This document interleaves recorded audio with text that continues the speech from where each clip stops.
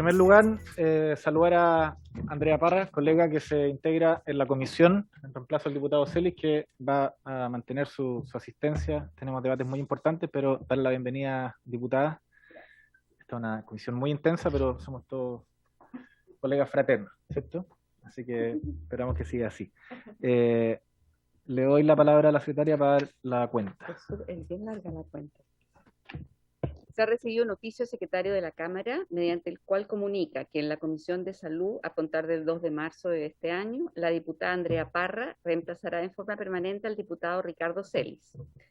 Una comunicación del jefe de Comité Mixto RD, Comunes, Convergencia Social e Independientes, mediante la cual informa el reemplazo del diputado Boric por el diputado Blasco Mirosevic durante la sesión de hoy. Una excusa del ministro de Salud que señala que no podrá asistir al día de hoy a la sesión debido a un viaje a distintas regiones por planificación, coordinación y gestión en el proceso de distribución de vacunas, pero que asistirá la subsecretaria de Salud. Un oficio del presidente de la República, mediante el cual hace presente la urgencia en carácter de simple para el despacho del proyecto que regula la disposición final de elementos de protección personal de carácter sanitario, prohíbe y sanciona su eliminación en lugares públicos. Un proyecto iniciado por varios diputados que modifica el Código Sanitario para sancionar a las autoridades, funcionarios públicos, administrativos y judiciales por las infracciones relativas al orden de prelación de los programas de vacunación. Un proyecto iniciado por varios diputados que dispone la inclusión en la plataforma digital que determina el reglamento de los datos sobre vacunas aplicadas. Un oficio del ministro de Salud, mediante el cual responde a uno de la Comisión sobre medidas adoptadas para otorgar protección al personal de las unidades de servicio de atención médica de urgencias. Varios oficios del ministro de Salud que responden a uno de esta comisión. Uno, sobre protección de la salud de personas adultas mayores y personas con situación de discapacidad en el contexto de la pandemia. Otro, sobre posibilidades de fiscalizar a una cadena de farmacias que estaría impidiendo acceder al descuento y beneficios que se otorgan para la adquisición de medicamentos. Otra, sobre razones que motivarían la ausencia de un nombramiento oficial en el cargo de secretario regional de salud de O'Higgins. Otra, sobre el ingreso de extranjeros al país a través del aeropuerto Arturo Merino Benítez. Otros, sobre medidas dispuestas para enfrentar el aumento de violencia intrafamiliar en el contexto de la pandemia. Otra, que responde sobre tratamientos de plasma convaleciente para enfrentar la patología del COVID-19. Otro, sobre la posibilidad de evaluar que los funcionarios de servicios críticos que arrojen resultados positivos de COVID puedan realizar el periodo de cuarentena en establecimientos habilitados para tal efecto. Otro, que responde a uno sobre estado de avance del proyecto Hospital de Casablanca, otro sobre la cantidad de personas fallecidas a causa de COVID y que eran pacientes de cáncer.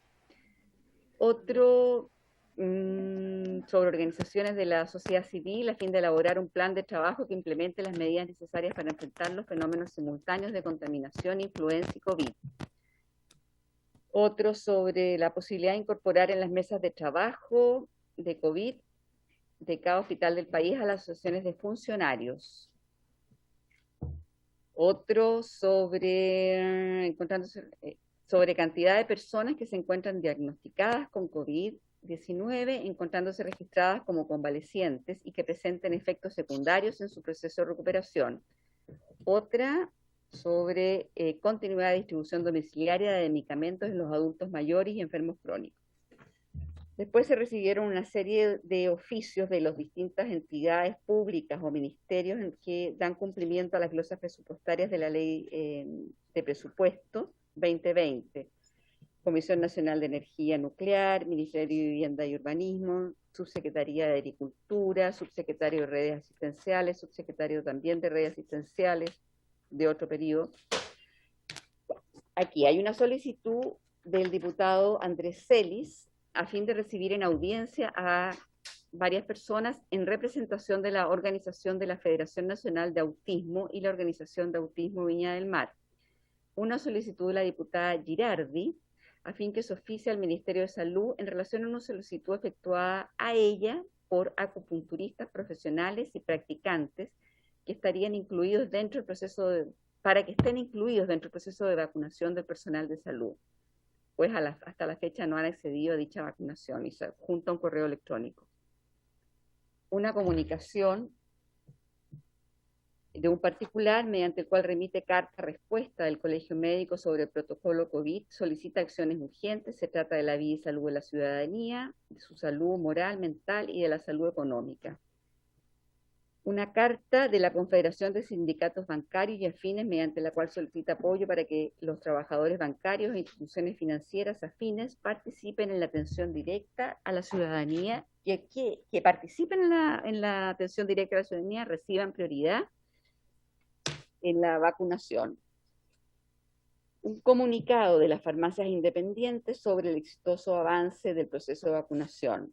Una solicitud de audiencia de la Fundación RPT Chile a fin de presentar la fundación y sus trabajos en políticas públicas.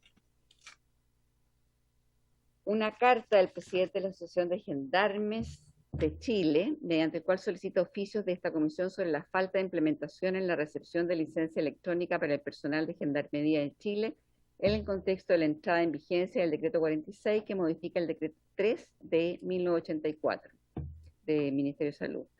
Una comunicación de un particular mediante el cual efectúa una denuncia en contra de un ISAPRE en la cual estaría desafiliado, no obstante mantener deudas pendientes con dicha ISAPRE. O sea, que la ISAPRE mantiene deudas pendientes con él. Se adjunta correo electrónico.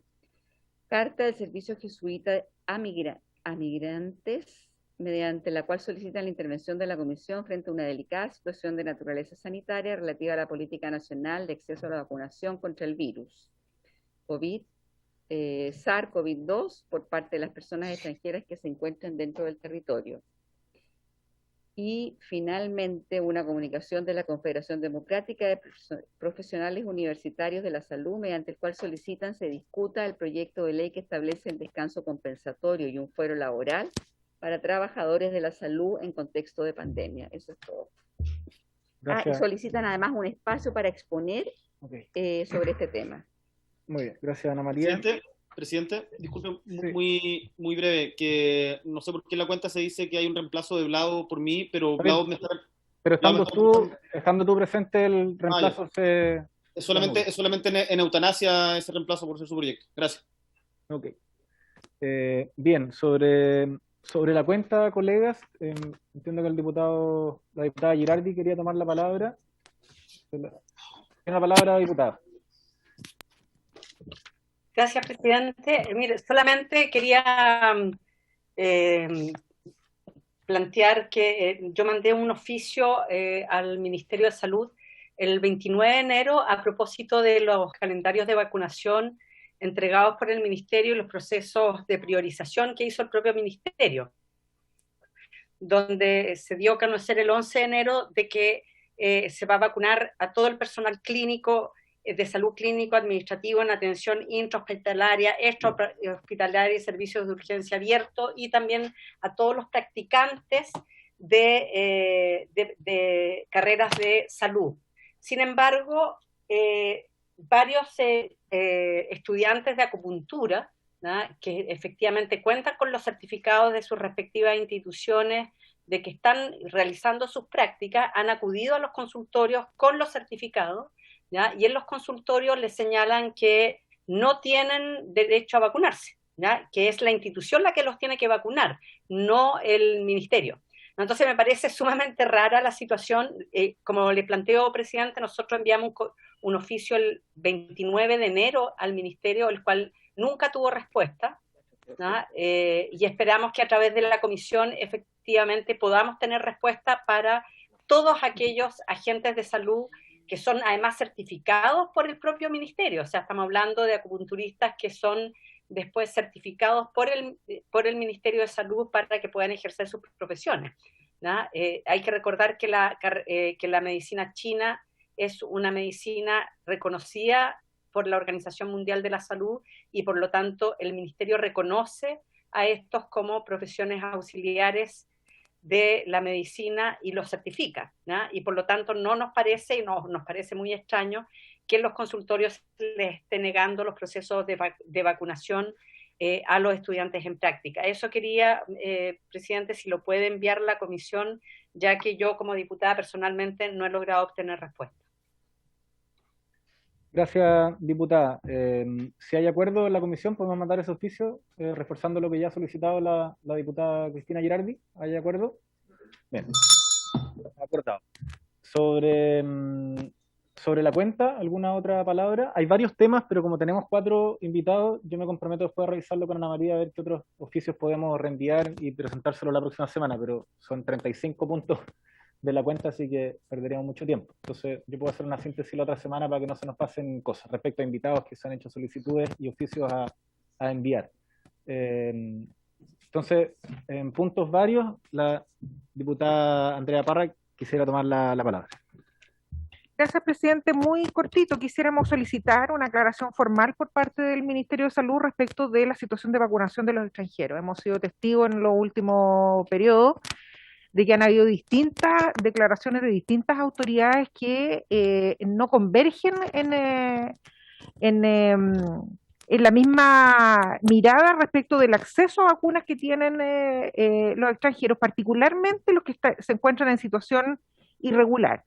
Entonces, quisiera pedirle derechamente poder oficiar, digamos, al Ministerio de Salud y saber qué es lo que está pasando con los extranjeros en situación irregular, si efectivamente estos extranjeros se están vacunando o no, cuántas personas se han vacunado, y si existe, ¿no es cierto?, un acto administrativo, en términos de un decreto formal o no, que aclare las dudas, porque hemos tenido antecedentes respecto de que en algunos centros de salud, dado que no presentan carnet o no presentan pasaporte o no presentan algún documento transitorio, entonces se les rechaza la vacuna, como en otros lados sí se ha vacunado, y como además hay declaraciones, digamos, distintas y confusas respecto de las distintas autoridades, entonces quisiéramos en realidad tener constancia de cuál es el proceso en este minuto y cómo se ha desarrollado. Eso, presidente. Muy bien, gracias, diputada. ¿Hay acuerdo en la comisión sobre el punto? ¿Sí? Muy bien, acordado. Diputado Celis. Gracias, presidente. Muy breve. Quiero solicitarle al Ministerio de Salud si me puede enviar la totalidad de sumarios sanitarios que se han cursado en el país y cuánto han terminado. Lo digo porque en Valparaíso son 33.000 sumarios sanitarios que se cursaron, pero solamente el 10% terminó en multas. Entonces, lo mismo quiero replicarlo a nivel nacional para tener la información. Muy bien. Gracias, presidente. ¿Hay acuerdo de la comisión para solicitar ese oficio? Sí. Muy bien, acordado. Diputado Rosa está pidiendo la palabra. Gracias, presidente. Quisiera pedir un oficio solicitando al Ministerio de Salud que nos informe respecto de los cargos para la región de Los Ríos, particularmente para el 2021, que van a llegar a la región para solucionar el problema del personal subcontratado por la empresa Liner, que es un tema que hemos hablado varias veces en la comisión respecto a las personas subcontratadas a nivel país. Pero este oficio es para preguntar el número de cargos 2021 para la región de Los Ríos para traspasar el personal subcontratado de la empresa Liner. Y otro oficio en relación a algo que también lo solicitamos y lo hemos conversado en la Comisión de Salud respecto del personal que va a recibir bono COVID y que nos respondan sí o no respecto al personal que está a honorarios, que la mayor cantidad de las actividades de la pandemia, tanto en trazabilidad de la Seremi de Salud, trazabilidad de APS, en búsqueda activa, en toma de PCR de APS, personal subcontratado de hospitales, de los consultorios y de las residencias sanitarias, no recibió el bono COVID, a pesar de que son una parte central de la estrategia de trabajo en la pandemia, producto del tipo de contrato, porque se excluyó al personal honorarios y el personal en modalidad de contrato de prestación de servicios, y todos sabemos que la mayor cantidad del personal que se adicionó para trabajar en pandemia fue contratado en esa modalidad. Y un tercer oficio es respecto del porcentaje de las PCR que el IPS hace el análisis genómico de las cepas variantes, porque hasta ahora no nos han respondido, considerando que ingresan a Chile todos los días más de 15 vuelos desde el extranjero y cada vuelo por lo bajo tiene 300 personas, por lo tanto son miles de personas que ingresan a diario. Entonces, queremos saber, y en lo personal quiero saber, en un oficio que nos diga cuánto es el porcentaje de las PCR que se le hace el análisis de vigilancia genómica para determinar el ingreso de variantes a nuestro país, sobre todo teniendo en cuenta del comportamiento diferente que ha tenido la pandemia en estos últimos 2 meses. Gracias, diputado. Hay solicitud de 3 oficios. ¿Hay acuerdo para solicitarlos? Sí. Sí. Bien. Acordado. Muy bien, pasando entonces a la orden del día. No sé, Ana María, si nuestros invitados están... Sí, están todos acá. Están todos, por favor, que pasen. Y con ellos comenzamos la sesión.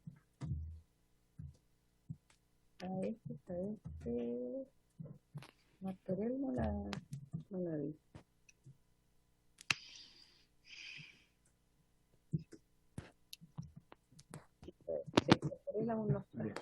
Bueno, bienvenida subsecretaria, Ana Aguilera. ¿Quién más se conectó, Ana María? Salud Pública.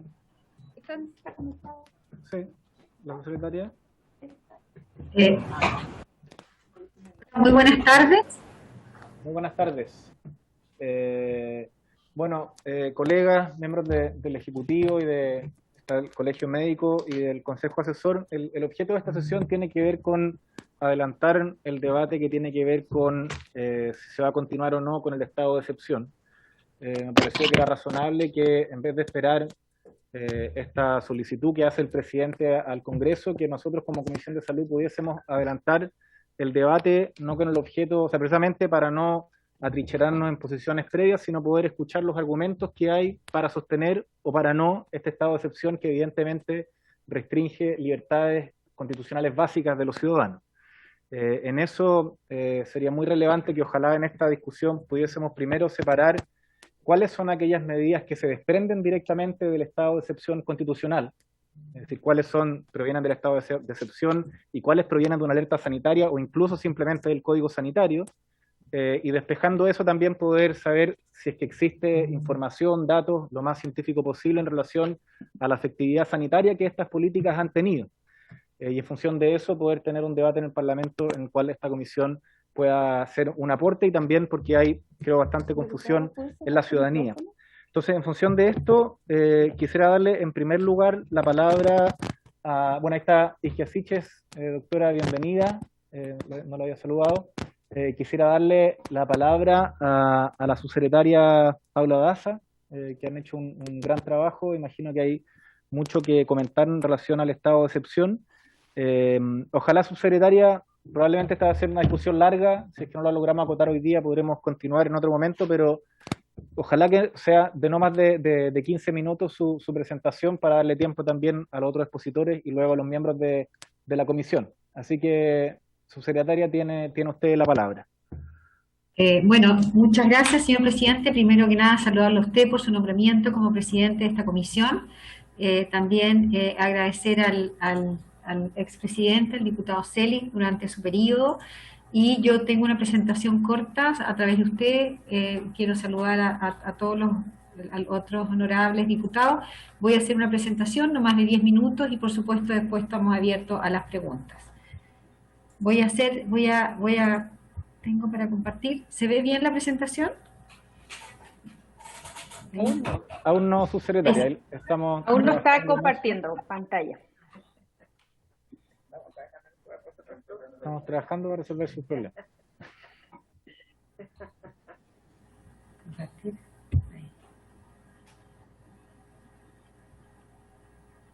Ahí sí, subsecretaria, se expande lo ponen en modo presentación en su computador, ahí vamos a ver toda la pantalla.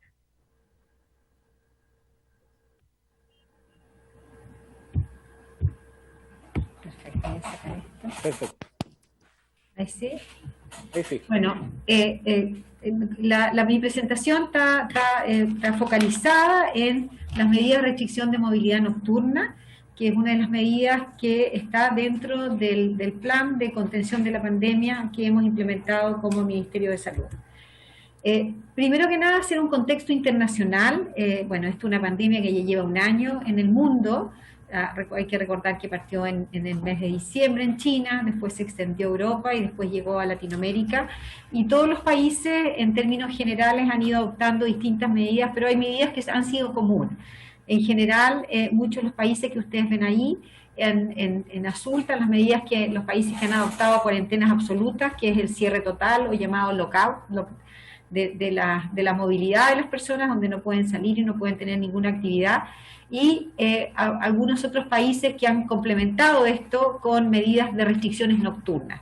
Pero en términos generales, cuando nosotros vemos la situación internacional, alrededor del mundo se han implementado principalmente restricciones de movilidad de horario en la noche, en forma nacional o por regiones. Hay distintos ejemplos en los distintos países, en los distintos continentes, y algunos de los países, yo tengo una lista de más de 30 países que hoy día han dispuesto algunas de estas medidas nocturnas, están ahí y los horarios son distintos. Francia, por ejemplo, no tiene restricción de movilidad en el día, pero sí tiene una restricción estricta durante la noche, desde las 6 de la tarde hasta las 6 de la mañana, y así vemos países como España, también Canadá, obviamente en Latinoamérica, Brasil, Argentina, Colombia, Costa Rica, Cuba, Ecuador. O sea, hay un componente común que poner una restricción en la movilidad de las personas durante la noche para la contención y disminuir la posibilidad de la interacción social en este periodo. ¿Cuál es la situación nacional? Hoy día la situación nacional, ustedes saben que nosotros tenemos un plan que es el paso a paso, donde se va avanzando o se va retrocediendo en función de ciertos indicadores que son epidemiológicos, y en función de eso se va dando más libertades o menos libertades a la comunidad en su total.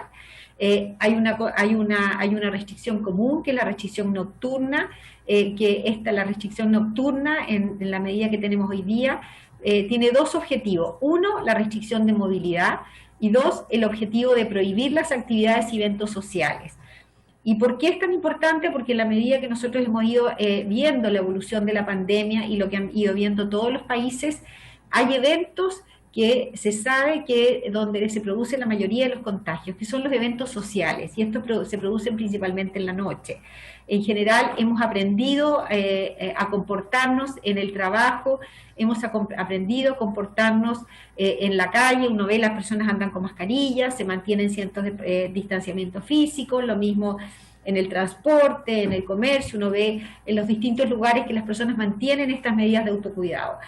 Sin embargo, hay situaciones donde ha sido muy difícil mantener, y son las reuniones sociales. Y es ahí donde hemos visto que se produce la mayor número de contagios en forma importante, y donde es difícil una fiscalización. Por lo tanto, hoy día la restricción de movilidad nocturna ha permitido no solamente restricción de movilidad, sino que prohibición de eventos sociales, lo que comúnmente se llamaba, ¿no es cierto?, los eventos de toque a toque. ¿Cuál es el objetivo de esta medida? El objetivo es evitar las reuniones sociales, que principalmente, obviamente por lo que hemos visto en términos generales, los jóvenes tienden más a tener actividades nocturnas. Los datos que tenemos como Ministerio de Salud, el mayor número de contagios se produce en la gente joven.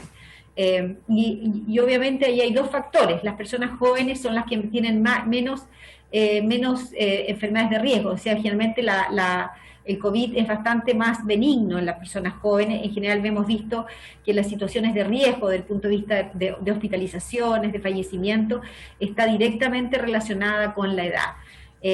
Y por eso mismo, obviamente, eso hace que las personas jóvenes tengan una menor percepción de riesgo de la enfermedad, y obviamente la juventud hace que tengamos mayores libertades, pero en términos generales nosotros vemos que este grupo etario es el grupo etario que produce mayor número de contagios, y es ahí donde nosotros tenemos que focalizar muchas de las medidas.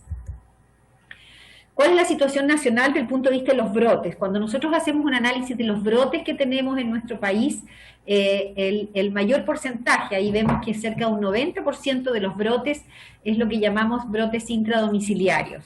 Es decir, ocurren en la casa. Aquí eventos sociales o familiares, pero ocurren en la casa, un porcentaje bajo, un 15% aproximadamente son los brotes institucionales que ocurren en distintas actividades laborales. Y estos son los datos que ha sido consistente durante el tiempo. En general, esto, si uno hace un análisis de la situación de los brotes a lo largo de todo el periodo de la pandemia, nosotros vemos que la mayoría de los brotes ocurren siendo intradomiciliarios, porque es ahí donde se nos olvida esta percepción de riesgo, donde nos relajamos, nos sacamos la mascarilla, compartimos, y obviamente eso hace que produzca un mayor número de contagios. ¿Qué es lo que hemos hecho en relación a esta situación cuando hemos visto que en la medida que hemos ido avanzando y han ocurrido brotes principalmente durante la noche, después del comienzo del toque de queda, que muchas de estas situaciones no se denunciaban? Es decir, algunas de ellas se denunciaban, pero ocurrían en los distintos lugares, y cuando ya iba la Seremi de Salud, muchas veces junto a Carabineros, obviamente eran situaciones particulares, y vimos ahí donde hubo un aumento importante de contagios. Por eso que las distintas Seremis de Salud instalaron lo que se llamó un fono de denuncias. ¿En qué consiste el fono de denuncias? Que los mismos vecinos, entendiendo que hay una actividad social, ¿cierto?, al lado de su casa o cerca de su residencia, implica que ese lugar tiene un riesgo sanitario, esa actividad, han comenzado a hacer denuncias en función de eso, donde puede acudir la Seremi de Salud, puede acudir con Carabineros y obviamente detectar si hay un evento social, y probablemente ustedes han visto a través de los medios de comunicación distintas situaciones particulares que han salido a la prensa. Hemos visto distintas situaciones, no siempre son situaciones que se han llamado como fiestas clandestinas, sino que yo diría que la mayoría de estas reuniones son reuniones familiares, sociales, que son en un grupo, pero obviamente de ahí muchas veces hemos tenido contagios, y son contagios de forma importante. ¿Cuál es la situación que hemos visto? Yo quiero mostrar acá algunas de las situaciones particulares que se han detectado en las distintas regiones de nuestro país en relación a los brotes. Cuando partió la pandemia, se describieron o se pensó que existían personas que eran hipercontagiantes, personas que tenían la capacidad de contagiar a muchas personas. Hoy día, en la medida que hemos ido avanzando y hemos ido aprendiendo más acerca de la pandemia, hoy día sabemos que más que las personas hay situaciones, hay eventos que son hipercontagiantes, es decir, eventos particulares donde una persona contagiada con el coronavirus puede producir obviamente el contagio de muchas personas. Y esto yo quiero mostrarles a ustedes algunas de las situaciones que nosotros tenemos información en epidemiología que se han detectado. Una situación, esta es en Biobío, una fiesta social con amigos donde no hay uso de elementos de protección personal ni distanciamiento. Se detectó un caso positivo y posteriormente de ese caso positivo hubo 10 contagios. Una vez que estos 10 contagios obviamente llegan a sus casas, y esto se hace una cosa exponencial dentro de la misma localidad. Después tenemos una situación en Los Ríos, particularmente también durante el Año Nuevo, una fiesta de Año Nuevo, donde una persona también COVID positivo era asintomática, después de la fiesta se supo que era positivo, y una vez que se hizo la investigación epidemiológica había contagiado a 10 personas en ese evento social. Después tenemos una situación particular en Aysén. Aysén durante muchos meses, yo diría muchos meses, prácticamente 8 o 9 meses, tuvo una situación bastante positiva desde el punto de vista de la pandemia. Era la única región que durante mucho tiempo no tuvo casos. Fue la región, yo diría, que llegó más tarde la pandemia. Sin embargo, en Aysén ocurrió un evento particular donde una persona positiva asistió a un club nocturno y después de ahí tuvimos 51 contagios.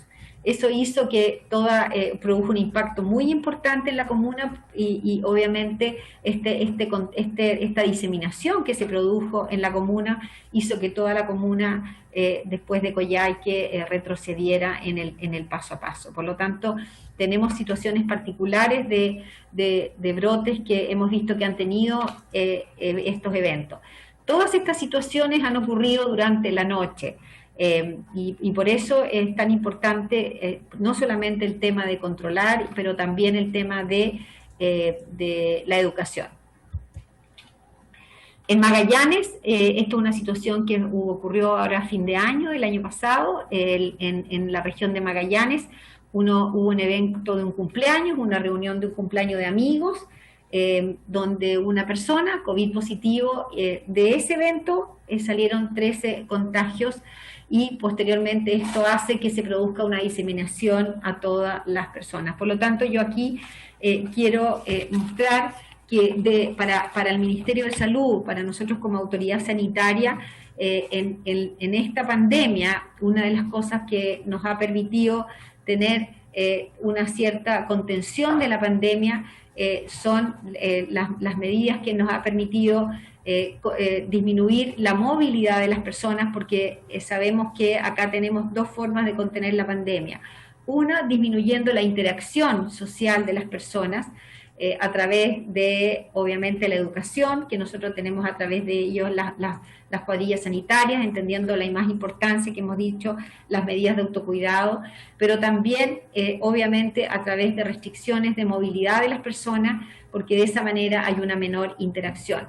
Y por toda la información, las reuniones sociales en la noche, es un evento que es de riesgo, peligroso, y que aún hoy día, donde nosotros estamos obviamente evolucionando positivamente gracias a el avance de la vacunación, todavía tenemos una situación de pandemia. Ustedes saben que en general tenemos 3.000, 4.000 casos diarios a lo largo de todo el país. Tenemos ocupaciones de camas críticas que afortunadamente nunca nos ha faltado una cama crítica, pero tenemos que estar trasladando pacientes. Por lo tanto, para poder mantener estas medidas de control de movilidad, nos requerimos de un estado de excepción para poder, obviamente, restringir estas restricciones de movilidad y de interacción de las personas. Este es otro evento que vimos en Valparaíso, probablemente esto es uno de los eventos más... ¿Sí? Creo que entendemos el punto de los brotes en situaciones sociales, como si podemos... eso tiene la información. Esa es la última. Ya, entonces puedes escribirlo con calma. Si no, el último evento, probablemente todos lo conocen, es el evento de Valparaíso, de la región de Valparaíso, donde de una persona hubo después más de 60 personas contagiadas. Ese evento social probablemente entonces quería describir situaciones, no todos los eventos que tenemos, pero situaciones particulares donde vemos que efectivamente la situación, la interacción social, en las reuniones sociales, tienen un efecto que es negativo en la pandemia. Eso sería por mi parte, señor presidente. Muchas gracias, subsecretaria. A continuación, Ana María, no está la subsecretaria de Prevención del Delito, ¿no? ¿No? Ya. Entonces, sí está. Presidente. Perfecto. Ahí está Catherine Martorell. Subsecretaria, tiene usted entonces la palabra. Después, en el mismo orden que estaba en la tabla, tendrá la doctora Isquia Siches y finalmente la doctora Jimena Aguilera. Así que, subsecretaria, tiene usted la palabra, ojalá por no más de 15 minutos. Muchas gracias, presidente. Saludar por su intermedio a los señores y señoras parlamentarios, también, por supuesto, a todos quienes asisten a esta reunión y a esta comisión. La verdad es que, en mi caso, quisiera aclarar que el rol que me ha tocado jugar en la pandemia en cuanto al toque de queda, que es lo que nos convoca en esta reunión, está relacionado con la labor de fiscalización Y eso a propósito de una modificación que este mismo Congreso hizo al artículo 318 y siguientes del Código Penal, estableciendo, digamos, el delito sanitario y aclarando las circunstancias agravantes de este delito cuando se decreta el estado de catástrofe por epidemia o pandemia. Así que en un trabajo conjunto, por supuesto, con la autoridad sanitaria, también con las Fuerzas Armadas, con Carabineros y la Policía de Investigaciones, se ha trabajado para ir generando diversas fiscalizaciones que nos permitan controlar los contagios y de esa manera evitar que esto ocurran y también prevenir el delito en contra de la salud pública. Nosotros comenzamos trabajando con la comisaría virtual, donde se generó la instancia suficiente para que las personas pudieran desplazarse cuando requirieran realizar alguna actividad que sea esencial. Y eso ha estado disponible desde que se decretaron las primeras cuarentenas. Por lo tanto, estamos siempre frente a una situación de restricción de libertad que contiene a su vez también la posibilidad de desplazamiento frente a situaciones que son esenciales para la calidad de vida de las personas. Yo solamente quisiera señalar que esto ha sido un compromiso de todo el Estado. De hecho, el Ministerio Público en su cuenta nacional del año 2020 estableció que 283.015 delitos fueron contra la salud pública, el 32% de ellos en la región metropolitana. Dentro de las cosas que me parece importante destacar es que el pic de los delitos coincide también con el pic de la pandemia, es decir, se requirió un despliegue mucho más importante cuando ya estábamos enfrentando 7.000 casos diarios, ¿no?, en la pandemia, y por lo tanto era esencial poder tener a nuestras policías, también a las Fuerzas Armadas, fiscalizando el cumplimiento de las medidas sanitarias. Y otro dato interesante a propósito de lo que señalaba la subsecretaria Paula Daza, el 82% de los imputados en estos casos corresponden a, bueno, hombres entre 25 y 45 años. ¿Por qué hago esta mención? Porque si uno revisa la mortalidad del COVID, no es precisamente a estas personas las que más les afecta, sino a quienes resultan ser sus contactos estrechos. Y es por eso que la fiscalización es sumamente importante y también las medidas que se adopten para efectos de restringir la circulación de las personas y evitar el contagio. En cuanto a las personas que han sido detenidas por Carabineros, son 359.641, de las cuales 285.134 son por infracciones a las cuarentenas y 56.914 por infracción al toque de queda.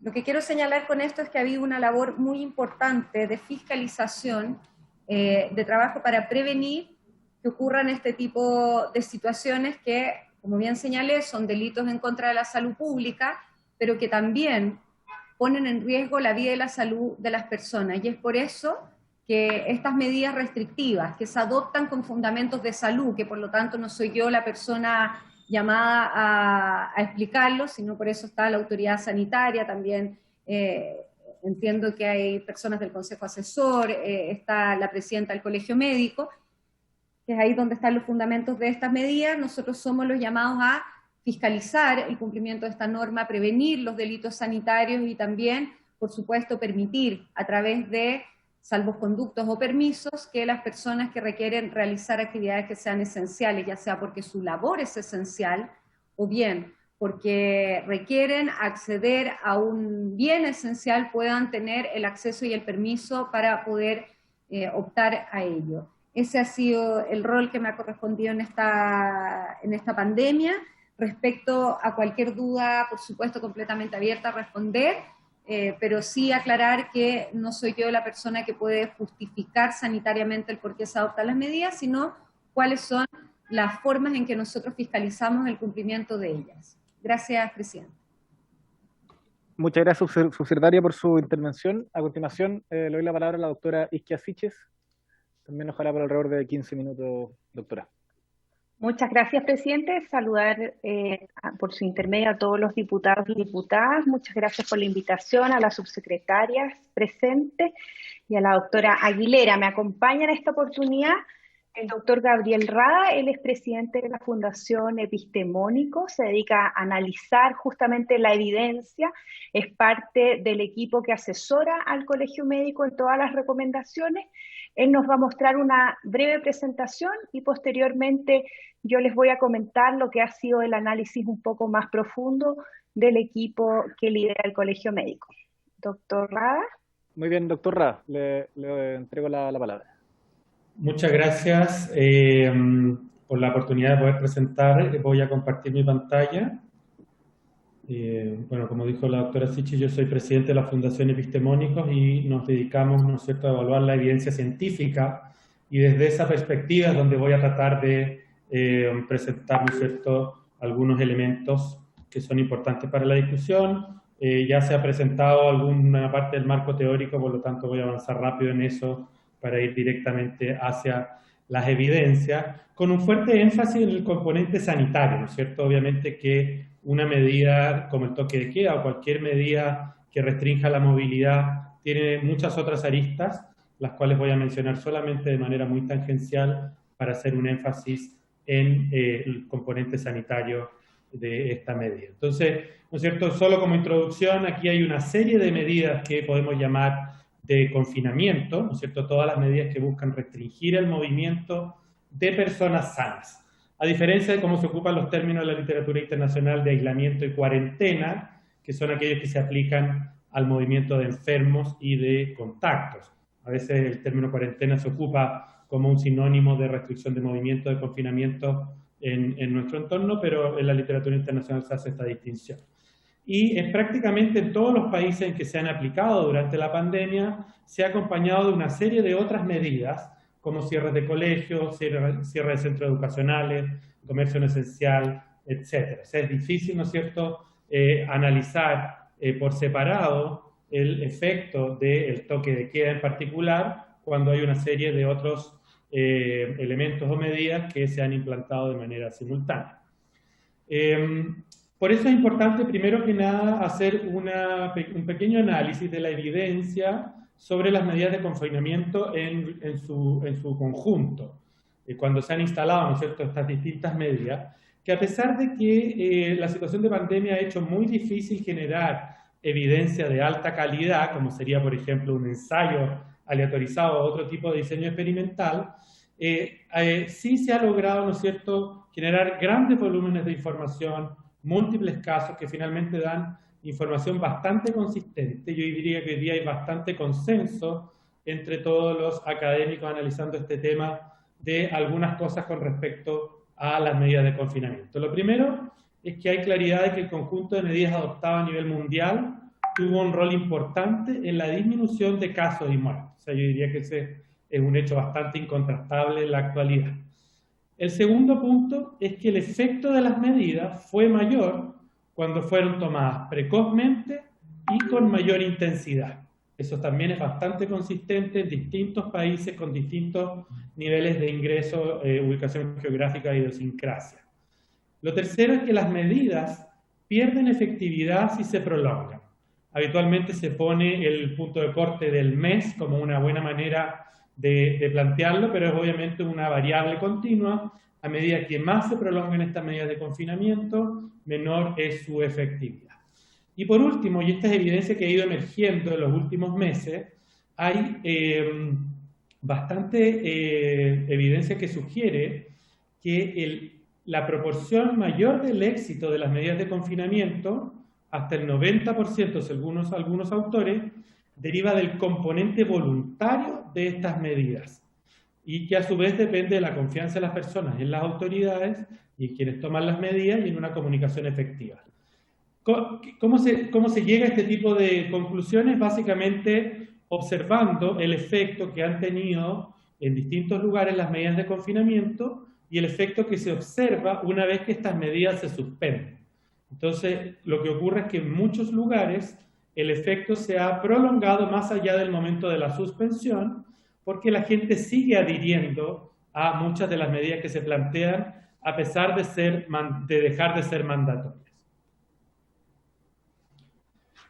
Yendo un poco al toque de queda en particular, Hay que hacer algunas, ¿no es cierto?, descripciones teóricas, algunas de ellas ya se mencionaron, pero básicamente se espera que el toque de queda tenga un efecto no solamente por ser implantado, sino que finalmente porque lleva a evitar actividades sociales fuera del hogar, por ejemplo, asistir a restaurantes o centros nocturnos, evitar reuniones sociales en el domicilio, ¿no es cierto? Ahí hay un supuesto de que esas reuniones disminuyen y, como se ha planteado anteriormente, parecen ser una fuente importante de brotes, y también evitar contagio derivado de la circulación de las personas.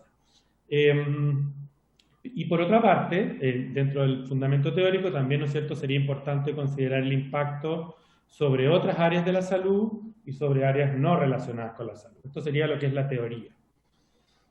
Y con respecto a la evidencia, como decía anteriormente, es difícil aislar el componente de toque de queda del resto de las medidas de confinamiento. Los datos de calidad sobre toque de queda en particular y su efecto sobre el número de contagio y muerte, la verdad es que prácticamente no existen, o sea, hay muy pocos datos de calidad que permitan afirmar el efecto específico del toque de queda en contraposición al resto de las medidas. Y tampoco hay datos, y aquí hay un punto importante, y muchos de los académicos que se han dedicado a analizar el toque de queda lo han planteado, no existen datos que efectivamente demuestren que el contagio intradomiciliario no aumenta, o sea, no solamente que disminuye, sino que también hay razones para pensar que podría aumentar. O sea, las personas, al no tener la posibilidad de circular libremente, podrían privilegiar las reuniones en domicilio, aumentar el tiempo de contacto en el domicilio, y hay un fundamento teórico que podría tener un efecto paradojal o contrario. Entonces, básicamente no hay datos en ninguna dirección, pero sí la teoría podría hacer pensar que esta medida podría tener un efecto en cualquiera de las dos direcciones, en términos de, ¿no es cierto?, el contacto intradomiciliario y la posibilidad de brotes intradomiciliarios. También hay que decir que las diferencias entre distintos tipos de toque de queda, horarios, medidas que hacen que esto sea reforzado desde el punto de vista legal, entre otros, hace que sea muy difícil la comparación si uno mira cómo se ha implantado el toque de queda en los distintos países que se ha hecho, son muy diferentes, o sea, es muy difícil sacar conclusiones de lo que ha ocurrido con otros toques de queda, y sí es posible extrapolar, y la mayoría de los académicos coincide, en que los hallazgos provenientes de las medidas de confinamiento en su conjunto, de alguna manera informan lo que ocurre con el toque de queda. Ahí, esas imágenes son algunos datos que vienen de un análisis de 54 países y 4 hotspots o ciudades en las cuales hubo un alto número de casos, y que muestran básicamente lo que dije anteriormente. Es muy difícil separar el efecto del toque de queda del resto de las medidas, y la verdad es que el efecto de las medidas se va diluyendo en el tiempo, al igual que lo que ocurre con las medidas de confinamiento en general. Esta investigación tiene un foco en Sudamérica también, es interesante, que muestra que luego de implantarse las medidas de confinamiento, Sudamérica fue uno de los continentes en los cuales se empezó a ver una pérdida de la eficacia de la medida más precozmente que en otros lugares. En algunos, desde las 2 semanas en adelante del inicio de las medidas, ya se empezaba a ver un escape o una pérdida de eficacia que es mayor a la que se observaba en el resto del mundo. Y por otro lado, ¿no es cierto?, hay que considerar los riesgos de una medida como esta. Los efectos negativos posibles que puede tener un toque de queda son múltiples y sería imposible resumirlos en una presentación tan breve. Y acá me gustaría ilustrarlo un poco con la declaración que dio la encargada del Departamento de Salud Pública del Estado de Victoria en Australia, que fue llamada a declarar por el toque de queda en Victoria. Aquí hubo una demanda de la ciudadanía en contra de las autoridades, y el juez le preguntó si se había obtenido todos estos datos antes de cuál iba a ser el efecto de instaurar el toque de queda sobre algunos elementos como la soledad, la depresión, la ansiedad, la violencia doméstica, o sobre el impacto que tendría en los pacientes con cáncer y enfermedades cardíacas y cómo afectaría financieramente al comercio. O sea, de alguna manera dejando ver que hay un montón de incertidumbres en el momento de instaurar esta u otras medidas de confinamiento. La persona que declaraba, ¿no es cierto?, Michelle Giles, dijo que no había obtenido específicamente ninguno de estos datos y que básicamente se vio balanceando los riesgos del coronavirus para la población y el impacto que podía tener sobre las personas. Y lo más importante me parece a mí que plantea ella que lo importante acá, más que la medida en sí misma, que se toma con altos niveles de incertidumbre, el gran desafío es decidir cuándo se retira y cómo se hace. Es ahí donde probablemente se juega buena parte de lo que puede ser hecho o llevado a cabo de una manera más racional y tomando en consideración la evidencia existente y la deliberación ciudadana. Y finalmente me permito una pequeña analogía, ¿no es cierto?, con lo que tiene que ver con las medidas de confinamiento y otras cosas que permiten contener una pandemia. Probablemente todos conocen este juego, el Jenga, ¿no es cierto?, en que uno va sacando bloques y finalmente va sacando los que parecen más simples de sacar y que no van a hacer que colapse esta torre de bloques. Las medidas de confinamiento son algo similar, ¿cierto? Cuando uno decide ir retirando las medidas, va retirando aquellas que parece más seguro hacer. Si uno retira todas las medidas en paralelo, obviamente la torre se va a derrumbar, y si uno retira aquellas que parecen más críticos va a pasar lo mismo. Y de la misma forma el contexto y las circunstancias hacen que esto sea más complejo todavía. O sea, en medio de un temblor o un terremoto, nadie se le ocurriría retirar un bloque por muy fácil que pareciera, o si uno está tiritando por otras razones, le tiembla la mano, tampoco lo haría, ¿no es cierto? Entonces hay una serie de elementos externos que también hacen que el retirar las medidas no sea solamente mirar su eficacia en el contexto teórico, sino que también tomar en consideración muchos otros aspectos. Y por otra parte, para darle aún más complejidad, los bloques que podemos retirar de la torre del impacto, la contención de la pandemia, son bloques que probablemente nos pueden ayudar también a tener un beneficio en otros ámbitos de la salud que no tienen que ver con el COVID, ¿cierto? Ese mismo bloque nos puede servir para fortalecer la torre de la atención de los problemas no COVID, ¿no es cierto?, cardíacos, cáncer y otros. Y también, ¿no es cierto?, es un bloque que tiene un rol súper importante en la torre que tiene que ver con aspectos no sanitarios y que obviamente tienen consideraciones mucho más allá de la evidencia empírica. O sea, quisiera con esto ilustrar que no es simplemente la evidencia la que nos va a decir qué hacer, sino que la evidencia es un componente necesario, pero no suficiente para tomar decisiones. Y como conclusión, ¿no es cierto?, si bien el beneficio de las medidas de confinamiento está bien establecido, el efecto específico del toque de queda dentro del conjunto de medidas que se han tomado es difícil de estimar. Existen razones teóricas tanto a favor como en contra de su potencial efecto, y lo que sí existe claridad respecto a que mientras más tardío sea con respecto al inicio del brote, menor será su efecto del brote o de las rebrotes o segundas o terceras olas, ¿no es cierto? Hay que tener presente eso. Segundo, que mientras más prolongado sea, menor será su efectividad. Y por otro lado, los riesgos se pueden mantener o incluso incrementar a medida que la medida se prolonga. Y mientras menor sea el componente voluntario, es probablemente menor la efectividad que podemos observar en base a la evidencia internacional. Y por último, en caso de plantearse el retiro de esta medida, como en cualquier medida de control de la pandemia, es fundamental considerar el momento y la forma en que se llevará a cabo. Muchas gracias. Muchas gracias, doctor Rada. No sé si puede descompartir la pantalla. Presidente, no sé si me da unos minutos para hacer una doctora, conclusión. adelante. Muchas gracias. Bueno, volvió a compartir la pantalla, doctor. Sí. Muchas gracias. En este análisis, bueno, nosotros hemos traído un experto evidenciólogo justamente para demostrarle a los parlamentarios y parlamentarias de que aquí esto no es blanco y negro y no es una certeza plena, sino más bien es justamente un análisis que requiere la contribución, y en eso ustedes, en la calidad de representantes de los ciudadanos y ciudadanas, creemos que tienen mucho que decir. Hay que ver la idiosincrasia de nuestro pueblo, la credibilidad de nuestras autoridades y obviamente cómo esto va a impactar. En esa línea hemos planteado que más allá de las técnicas jurídicas que superan sin duda la expertise del Colegio Médico de Chile, consideramos que hay herramientas que lamentablemente lo más probable es que se requieran todavía en su utilización.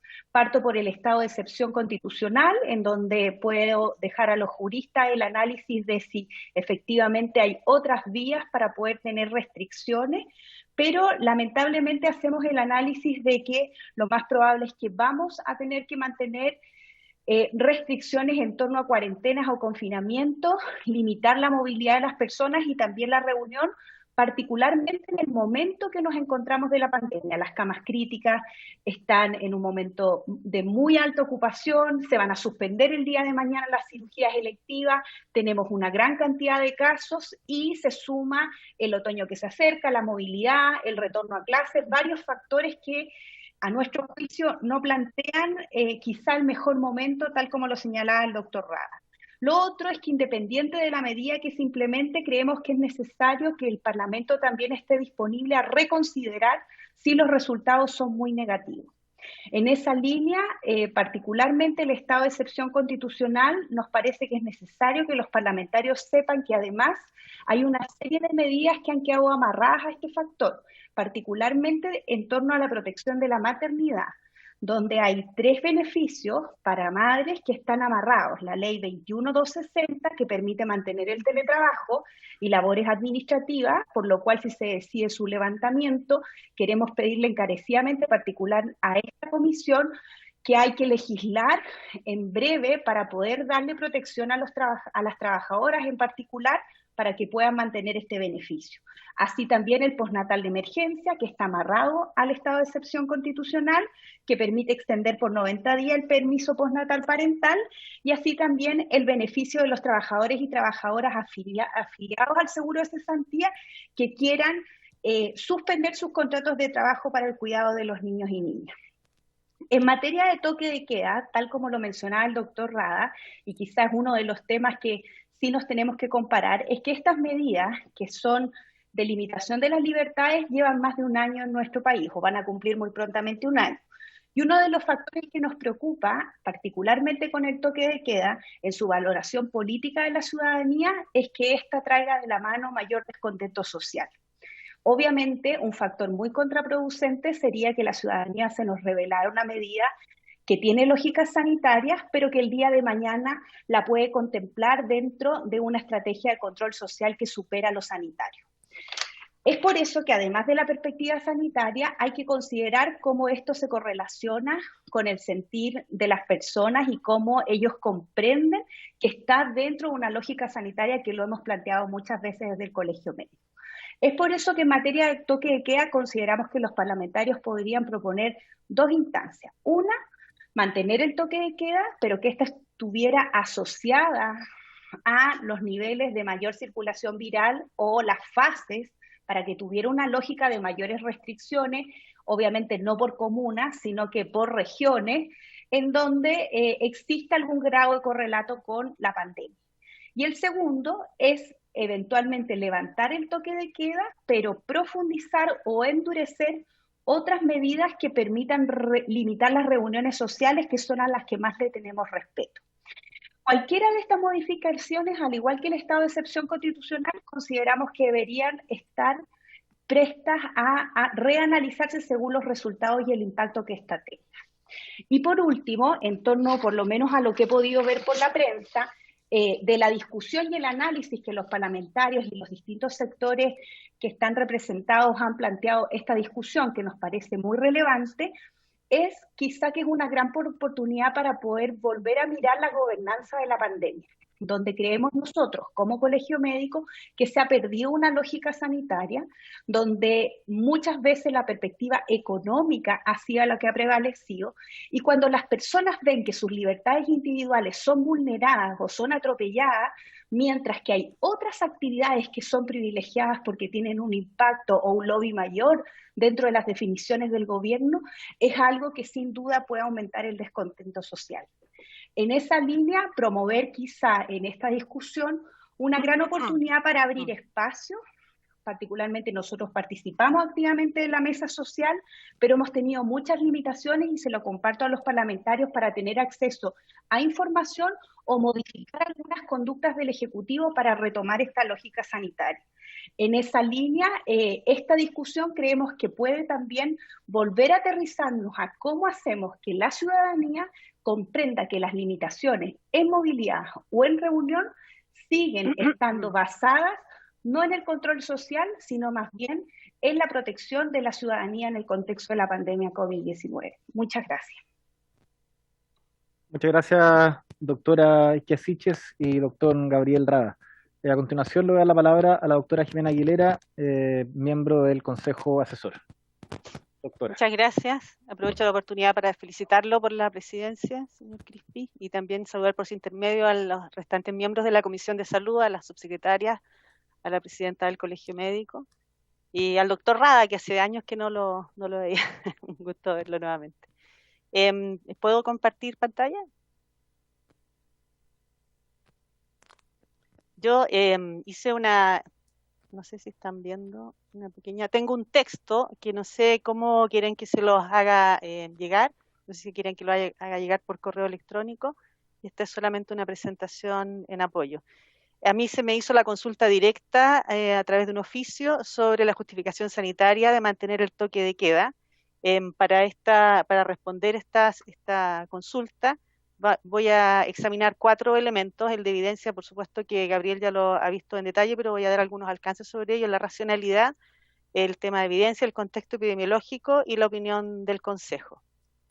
Con respecto a la racionalidad, bueno, no voy a mencionar el hecho de que el toque de queda ya sabemos lo que es.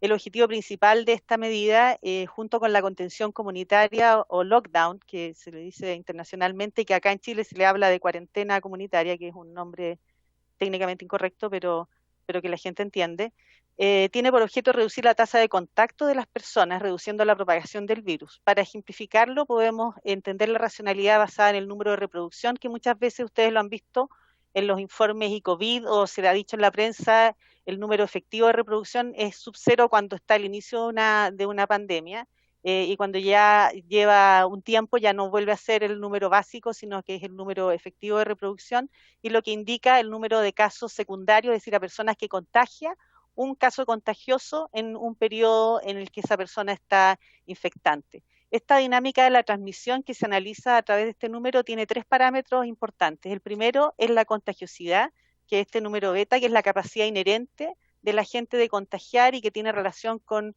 por ejemplo, la forma en que se transmite el agente infeccioso. Es decir, si es por vía aérea, por ejemplo, tiene una contagiosidad mayor que si es por las gotas de saliva o si es a través de otros medios.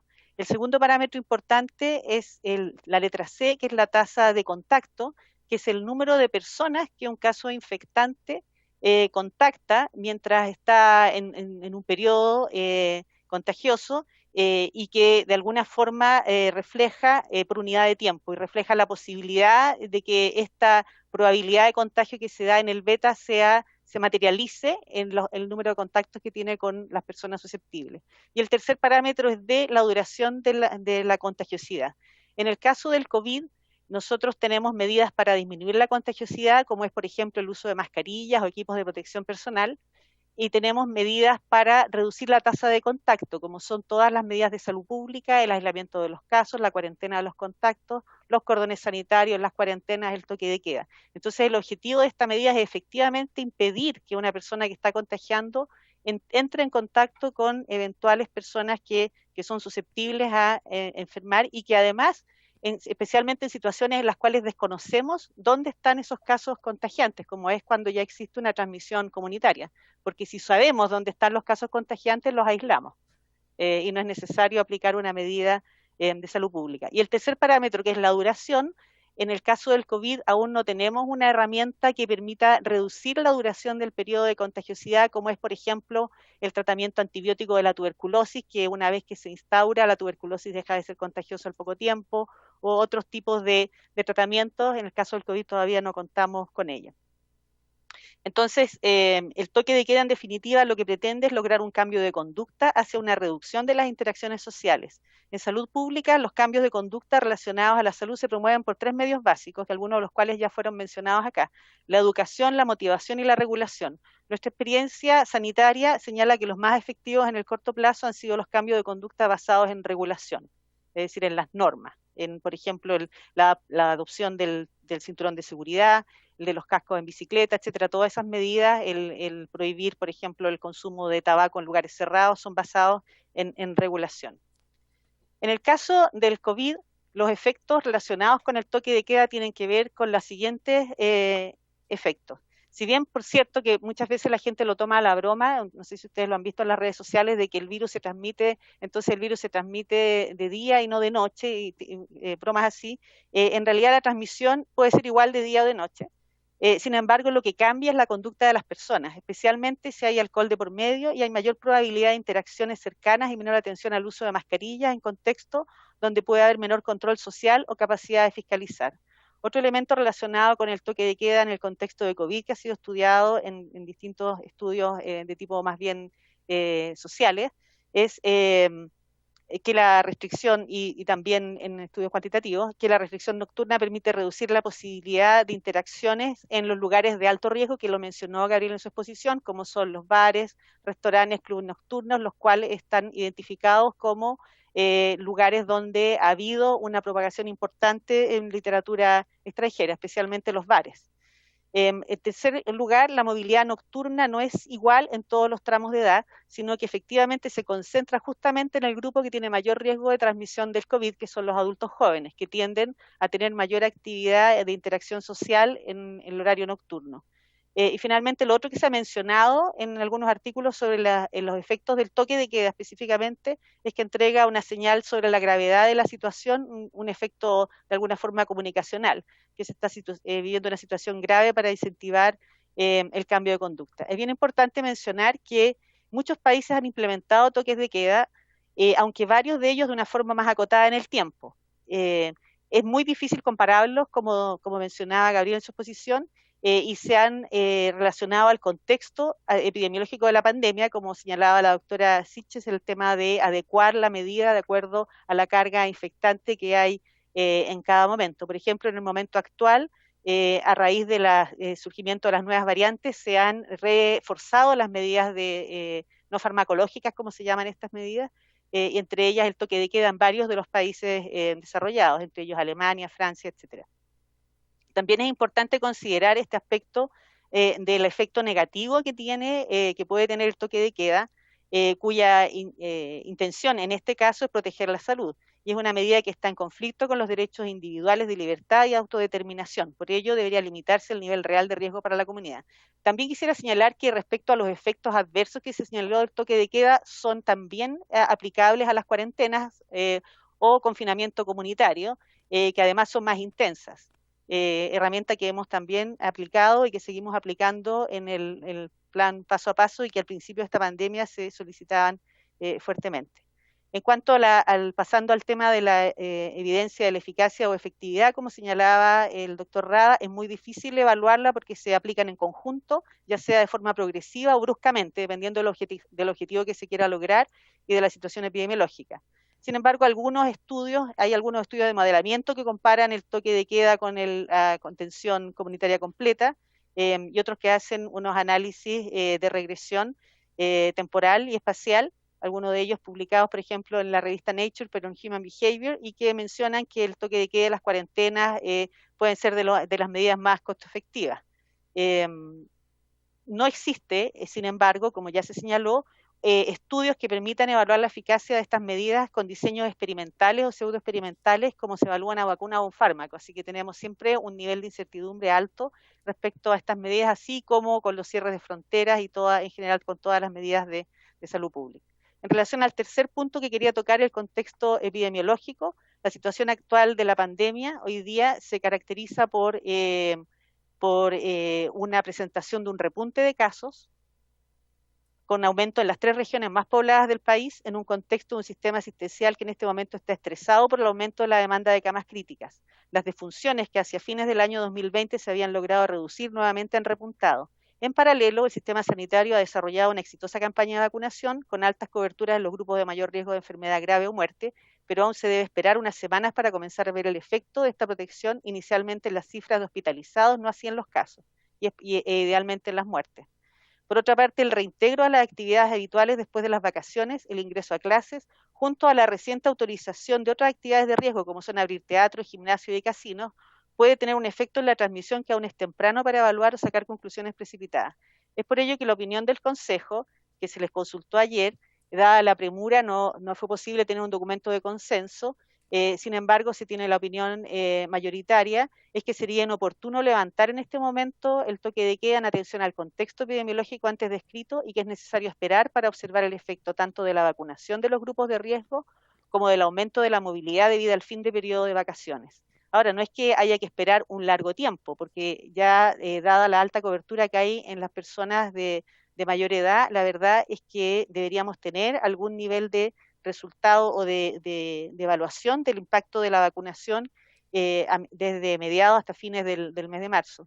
Y mantenemos las recomendaciones que habíamos hecho en septiembre, cuando también se nos consultó sobre el toque de queda, respecto a vincular el levantamiento del toque de queda a las etapas avanzadas del plan paso a paso en forma gradual y dependiendo de la realidad de cada región y ciudad, porque hay regiones, yo concuerdo con la doctora Siches, que por regiones la podemos adaptar, pero hay regiones que son muy grandes y que tienen ciudades muy distantes y que puede requerirse una medida en una ciudad y en otra no, por ejemplo, entre Coyhaique y Chile Chico, que son bastante distantes. Hay regiones que tienen ciudades que son realidades bastante disímiles, así que habría que analizarlo en cada una de esas situaciones.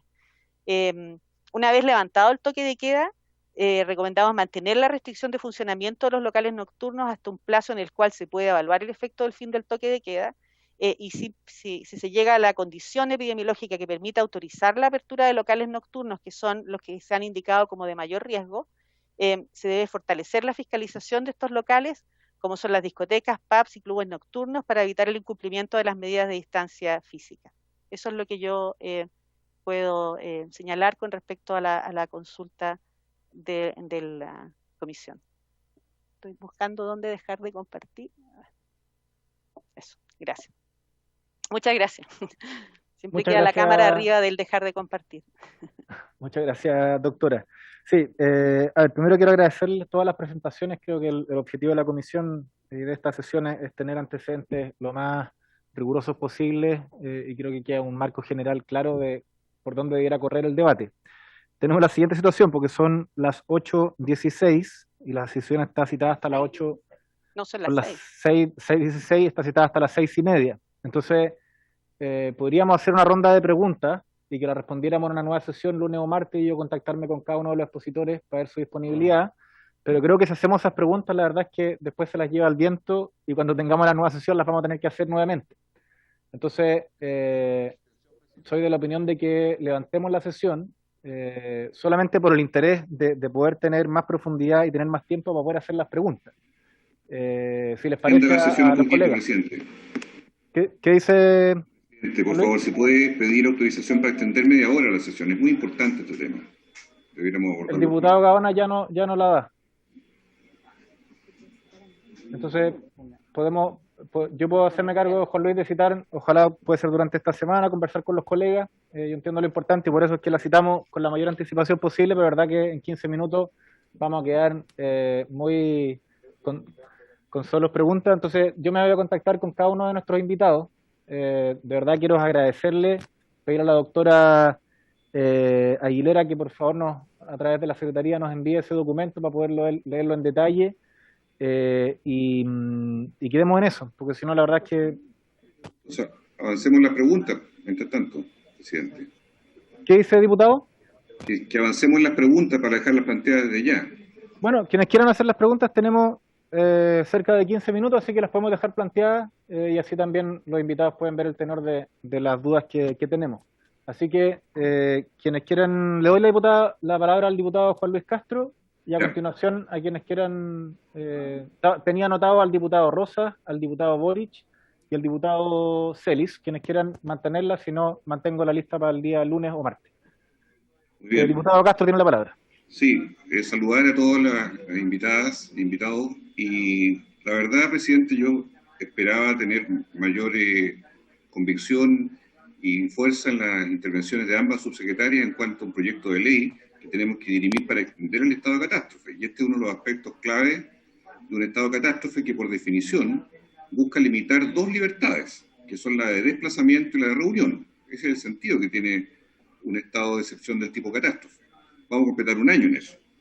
Yo le diría a las autoridades sobre todo lo siguiente, quiero puntualizarlo en 2 o 3 cosas. Esta es una de las medidas de mayor desgaste que ha habido en el casi un año que ha habido de estado de excepción constitucional.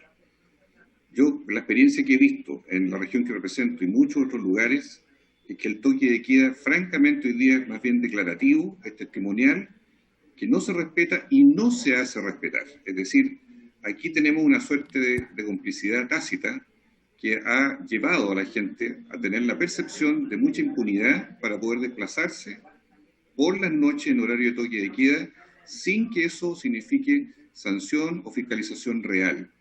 Me gustaría escuchar, y ojalá la próxima sesión esté así, cuáles son los desplazamientos de carabineros y de las Fuerzas Armadas en horario de toque de queda. ¿Cuáles son las rondas, los puntos en que ellos supuestamente debieran estar controlando, no solo en el acceso a las ciudades, sino también al interior de las comunas, respecto al desplazamiento en toque de queda? Y esto tiene que ver con lo que dijo el señor Rada, que es que aquí yo he visto una contradicción entre la medida puntual del toque de queda y el conjunto de otras medidas permisivas que se han ido modificando en el plan paso a paso, que han ido permitiendo, por ejemplo, que hoy haya posibilidades de abrir cines, de abrir gimnasios, de que en fase 2 exista la apertura de restaurantes, como se modificó hace pocos meses atrás, y que en la práctica se ve una dificultad de coherencia para que la gente comprenda que esta cuarentena nocturna tiene un sentido.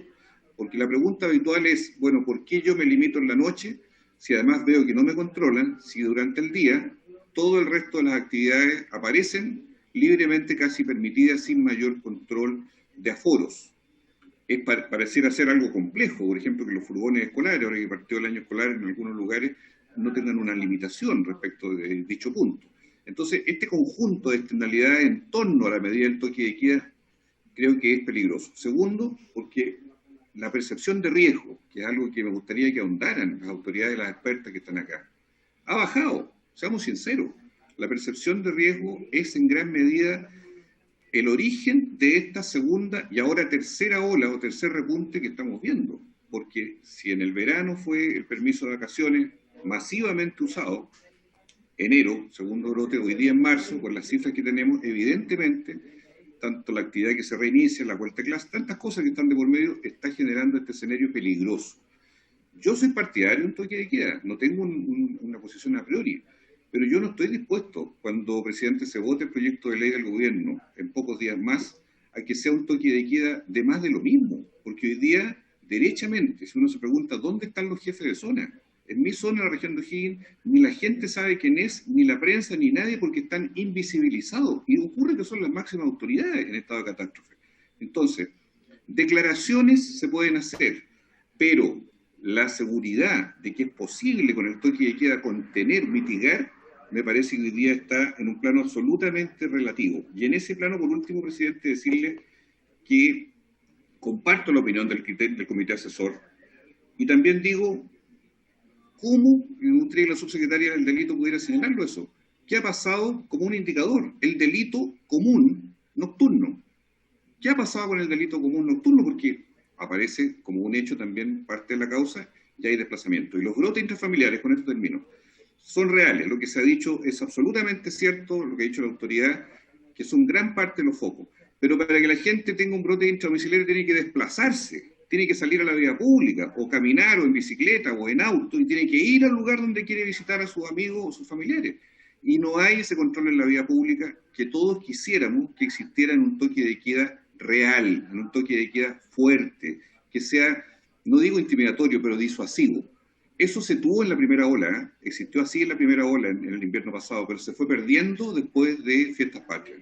Entonces, me parece a mí que este punto debe ser muy bien analizado, porque al menos de mi parte, para seguir en lo mismo, con respecto al toque de queda, me parece que sería inoficioso porque está muy desprestigiado y no se ve una fiscalización real, aparte de las malas conductas individuales que ocurren muchas veces, pero esa fiscalización del Estado se ve muy ausente para que sea una medida prolongable en el tiempo sin más discusión, como es lo que de alguna manera uno se soslaya, porque yo quisiera escuchar argumentos de por qué tenemos que extender, porque nosotros vamos a votar esto. Este es un proyecto de ley de gobierno y ya anticipamos aquí esta discusión.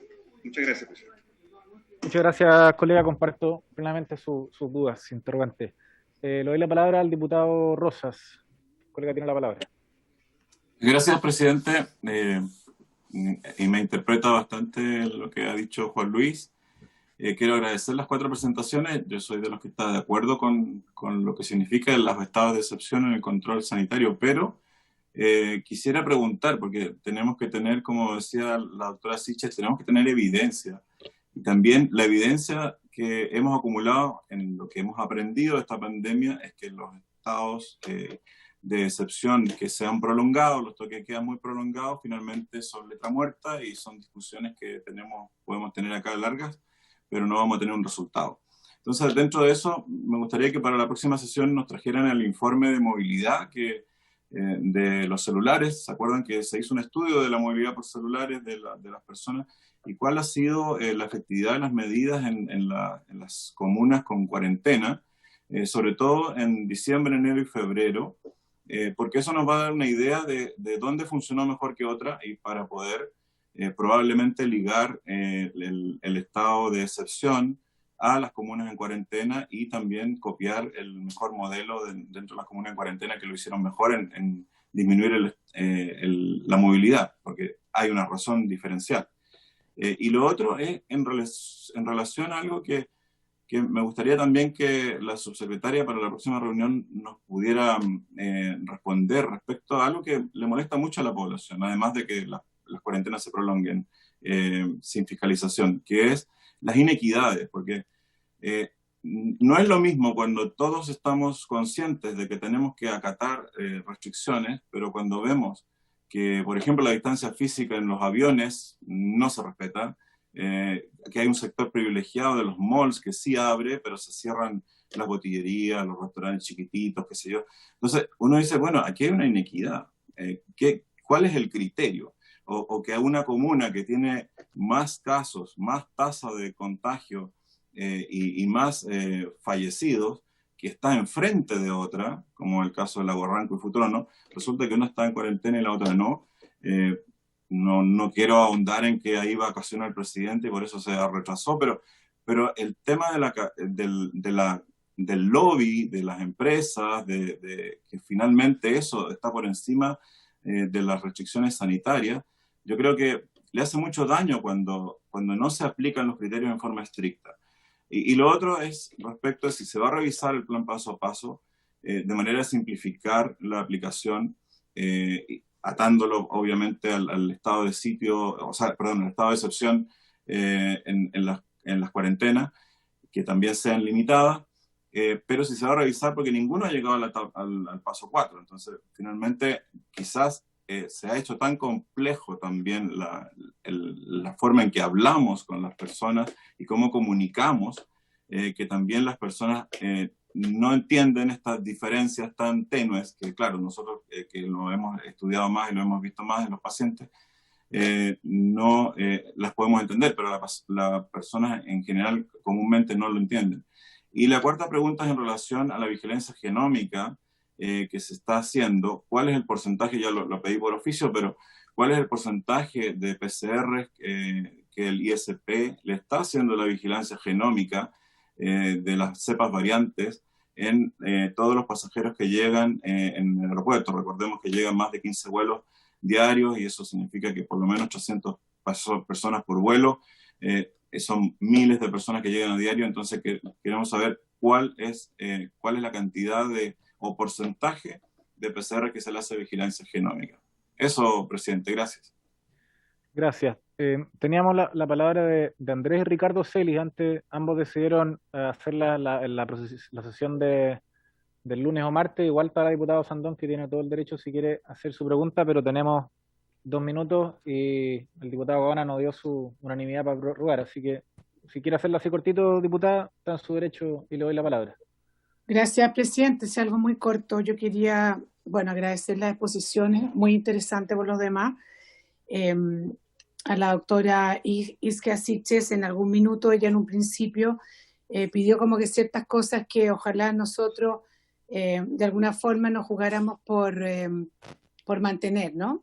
En caso de un posible cambio en un futuro cercano. Y una de las cosas que habló fue el tema del postnatal de emergencia, si no me equivoco, y también algunas cosas respecto a los bonos y este tipo de cosas con el personal sanitario, pero me quiero centrar porque yo soy de la Comisión de Mujer también y aquí estamos mirando la mirada sanitaria, pero también me imagino que aquí tiene que haber como ciertas miradas integrales también, ¿ah? Entonces, si se ha tomado en cuenta en este pedir, por ejemplo, el postnatal de emergencia, que créame que yo lo entiendo perfectamente, soy madre de 9 hijos, sé que tenemos un bono que se está dando, tratando de resolver eso. A mí me gustaba el postnatal de emergencia, pero ¿cuánto se ha retrocedido en términos de inserción laboral femenina? Se calcula que hemos perdido por lo menos unos 10 años. Entonces, mi pregunta es que cuando se dicen estas cosas, se piden estas cosas, ¿se está tomando en cuenta de alguna forma la mirada sanitaria actual, pero también se toma en cuenta esa mirada sanitaria a futuro que va a venir? Porque las mujeres, se calcula que el 90% de las que ya se retiraron del sistema laboral formal no van a volver, y eso también va a tener una consecuencia también económica, sanitaria, etcétera. Entonces mi pregunta es esa, si en esa mirada también se toma estas consecuencias que van a pasar, porque el hilo siempre se corta por lo más delgado y en términos laborales se va a terminar cortando por la mujer, y la mujer va a tener la pandemia cara de mujer, y después lo que venga después también va a tener cara de mujer. Eso es, presidente. Muchas gracias. Gracias, diputada. Bueno, vamos a hablar con los invitados. No, presidente, le pedí la palabra. Sí, pero presidente, le pedí la palabra.